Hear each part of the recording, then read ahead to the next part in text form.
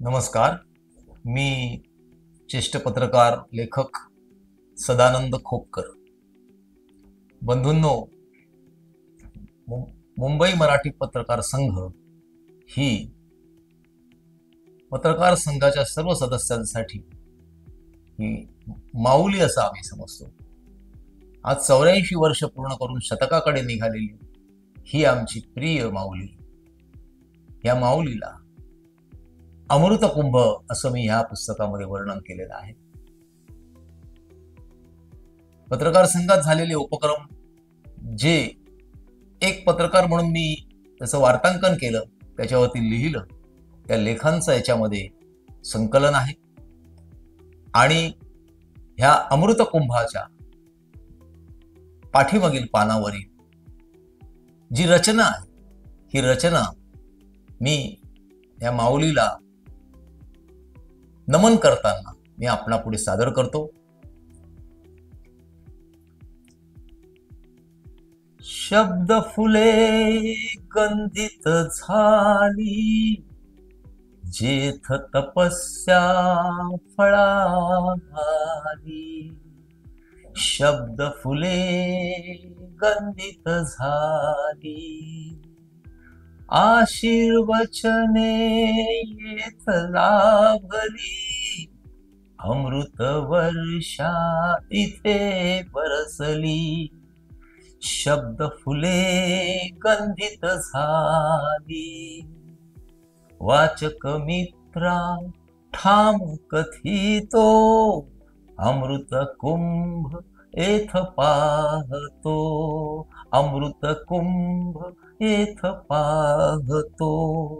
थांबशील जर इथे पळभरी, अनुभवशील आनंद लहरी. अनुभवशील आनंद लहरी. शब्द फुले गंधित झाली, शब्द फुले गंधित झाली.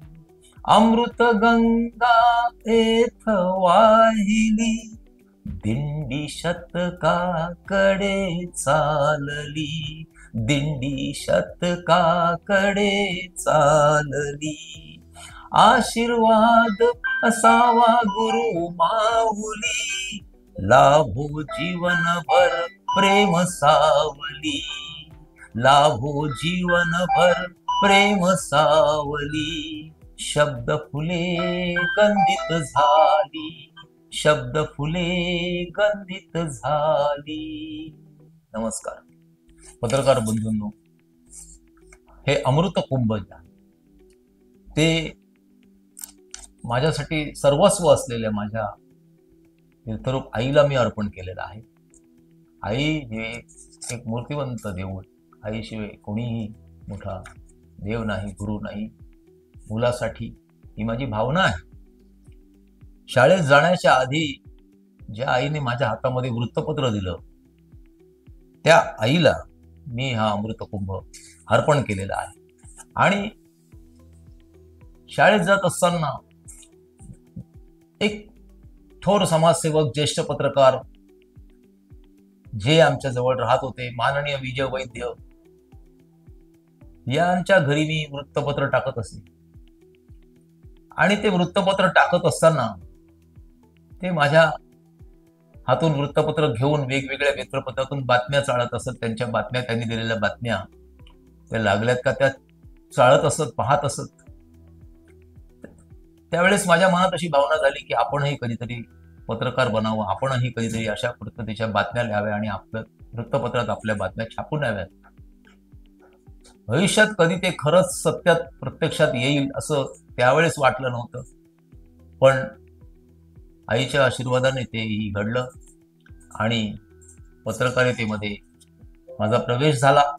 पत्रकारितेच्या माध्यमातून ह्या आमच्या अमृत कुंभरूपी वास्तूमध्ये येण्याचं भाग्य लाभलं. आणि आज हा अमृत कुंभ मी आपल्या पुढे सादर केला.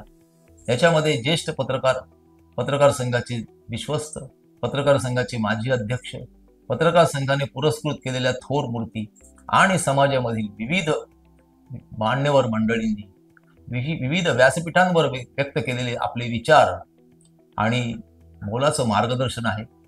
ते मार्गदर्शन विविध लेखांच्या स्वरूपामध्ये या अमृत कुंभमध्ये एकत्र आणण्याची संधी मला मिळाली. विशेष सांगण्याची गोष्ट म्हणजे ज्या विजय वैद्य ज्येष्ठ पत्रकार आज ते दुर्दैवाने हयात नाहीयेत, याच मुंबई मराठी पत्रकार संघाने आचार्य अत्रे पुरस्कार देऊन त्यांचा सन्मान केला होता. त्या ज्येष्ठ पत्रकार विजय वैद्य यांची प्रस्तावना या अमृत कुंभाला लाभलेली आहे. त्याबद्दल मी स्वतःला धन्य समजतो.